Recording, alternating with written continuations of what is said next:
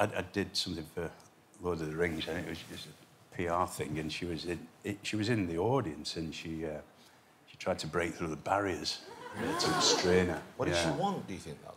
She was just going... and she, you know, just kept crossing herself all the time, going like this. And I knew it were her then, I thought, oh. You have a distinctive look. The eyebrows obviously are quite... You know, people know you for that. Does that work in your favour, do you think?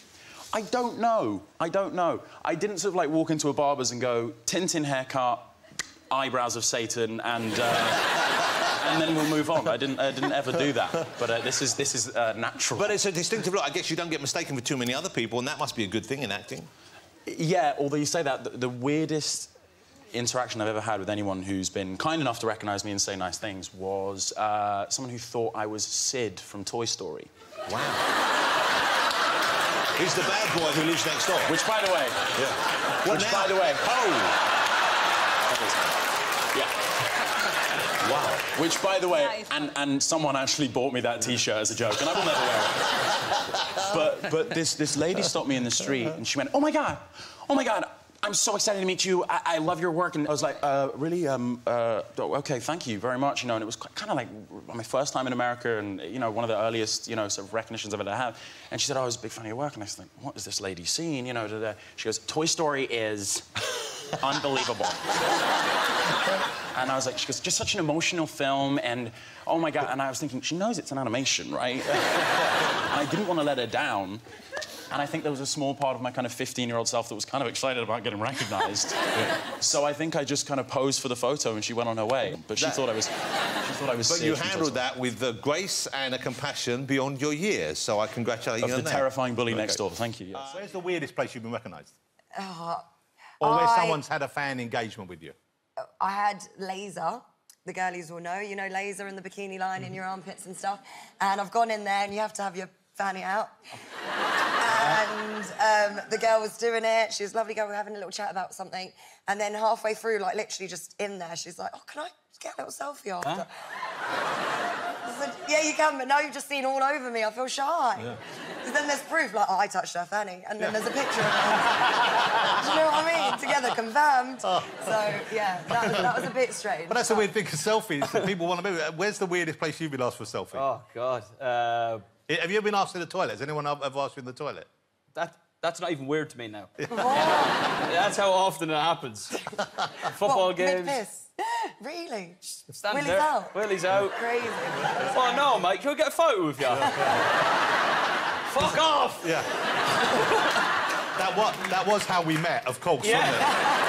That was about 4 o'clock this afternoon. OK, so your life must have changed about as much as it's possible for someone to change over the last 10 years. God, sort of. OK, what are the biggest changes? What are the things now that you take for granted or that you see as an everyday thing which you maybe wouldn't have even imagined before this all happened for you? God, it's so much. It's just been a huge whirlwind. I don't even think I know how to answer that. I don't get to go too many places by myself these days. So can you travel out? If you go out in the States, can you go places without people knowing who you are? No. I've learned when your fans know you, they know you. Yeah. They can look at the back of your head. You could be covered from head to toe, and it's like, Jennifer Hudson. It's like, how can you know that's me from the back of my head? If someone said you look like Jennifer Hudson, yes, could you kind of like bluff it out and say, yeah, I get that a lot? Oh, I do that a lot of times. Like one time I was living in Florida and I decided to go to it was a bowling alley, and they had like a contest, a singing contest, oddly. And I got in it. And I just love to sing. I don't care. I sing anywhere. And I started singing, and people's like, God, she sounds like Jennifer Hudson. And I'm like, oh, thank you. I ended up winning. This lady comes over to me, and she's like, hey, they say you're Jennifer Hudson. Stick out your tongue. And I'm like, stick out my tongue? If you stick out your tongue, I can tell if it's you or not. And I'm like, I don't know if I should be sticking out my tongue for a stranger. It was just weird. Well, you can't just leave us hanging there. I mean, did you show her the tongue, or did you make an escape? No, my fiancé had a fit. Why are you talking to my girl like that? What do you mean, stick out your tongue? Yeah. No, he was not having it. Do you think she could have identified you from your tongue? It's no telling. If they can identify me from the back of my head with a hood on, I guess they could tell by my tongue. But there's nothing about your tongue that we should know about. Like, it's not tattooed or anything? I mean, it's really long. Maybe that's what she meant. I'm not going to stick it out. I kind of think we need to see it now, I'll be honest. No, I can't. It's up to you. You two are good. OK, let's have a little look. OK. Okay, wait. Y'all ready? Okay. It's not going to reach me. I'm not doing that again. Wow. Do you ever have a fan who it worries you? Maybe their interest is a little too intense, or they do something which is... There's one of them was, sending me marijuana. No. Nothing wrong with that, man.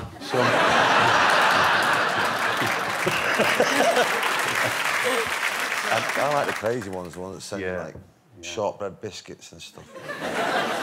Record players. You get a record player sent to you? Yeah, I got a record player sent to my mum's house, yeah. Michelle, what did you get? Anything sent to you? I got an engagement ring once and a wedding ring. Yeah. So Mark hadn't met you yet, he just sent it to you in the post? Sent me in the post. Yeah. And another one that kind of...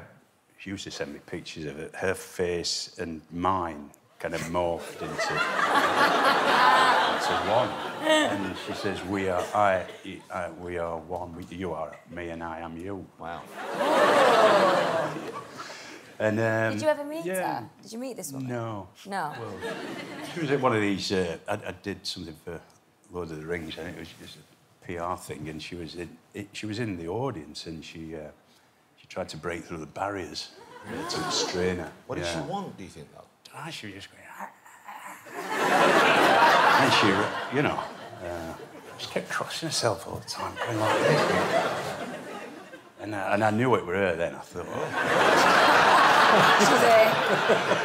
I know you are very, very open with your fans. Didn't you come out to greet a tour bus that came to your house one day? I did, yeah, which was a mistake. They came up and I offered them to come up to have some champagne with us, and then I just ran downstairs and said hello to everybody and took photos with everybody, which seemed nice at the time, but then people would not stop coming to my house. Yeah. I mean, waiting at the top of my stairs for me to get home, which is really terrifying, you know? When you walk up and there's a bench right outside of my front door, and I'd walk up and people would just be sitting there. Terrifying, you know? And but as a scary character, can you not be a bit scarier to them drugs. and be like, what is your bitch? Yes. Yeah. You know, Jesse actually isn't scary. Even when he tries to be scary, he really isn't a very scary character. He's a sweet guy. Yeah. You should watch the show. I nearly got away with it. You're a scary character, you didn't get anywhere close to getting away with it. Oh, shut up, bitch. Yeah. Nice.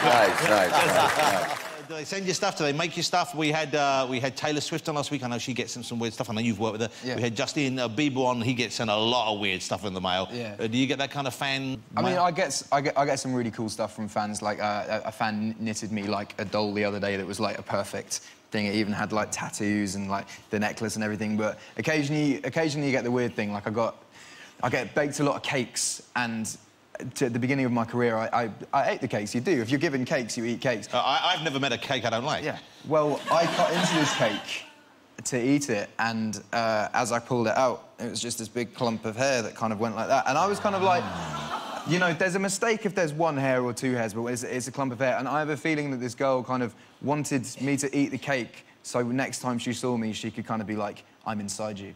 And...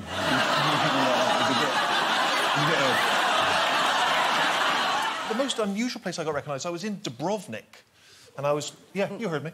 And I was filming something in Dubrovnik, and I had to eat oysters for this filming. And just before we ate the oysters, someone said to me, you know, if you eat a bad oyster, you'll never eat them again, because the pain is so bad. And I was like, that can't be right. And I ate these oysters, and I'm not joking, about 4 hours later, I was in so much pain, I was curled up in my hotel room, and I was screaming, I will never eat oysters again. And normally, when you've got sort of food poisoning, it comes out, doesn't it? Either comes out there or the... These oysters would not leave. They would not. They were like my parents at Christmas. They would not go. You know what I mean? And I'm in just the worst. Honestly, I've never thought anything like it. And in the end, I said, you have to call an ambulance. Sorry, call a doctor. So they called a doctor, and about 2 in the morning, this doctor comes. And he sort of examines me and he says, look, the only thing we can do is I'll give you an injection to loosen your stomach muscles. So you were like cramping? Because I was cramping up. So he says, yeah, so drop your pyjamas. Right. He said, turn around, because I've got to put it in your posterior. So I sort of, you know, I come there and I'm like that. And he gets this bloody great syringe out and he's about to put it in and he goes, are you Stephen Merchant?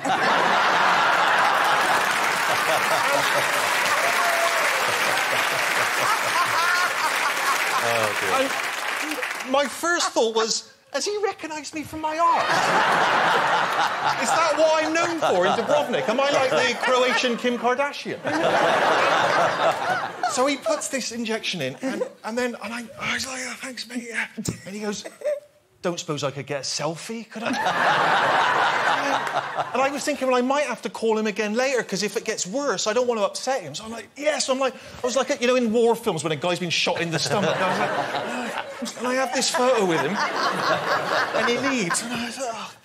And I sort of got marginally better. And then the next day, it was so sweet, because I didn't call him again. And then I was back in the hotel, I was feeling a bit better. And then the following evening, I got a message from the reception saying, oh, the doctor's back. And I said, I didn't order the doctor. He says, can he come up to the room? And he came up to the room, and he knocked on it, and he said, I'm so sorry, I shouldn't have asked for a picture. That was really rude of me. It was so sweet. He'd come all the way back on his own time to apologise. But he's still got a picture of me with my trousers around me.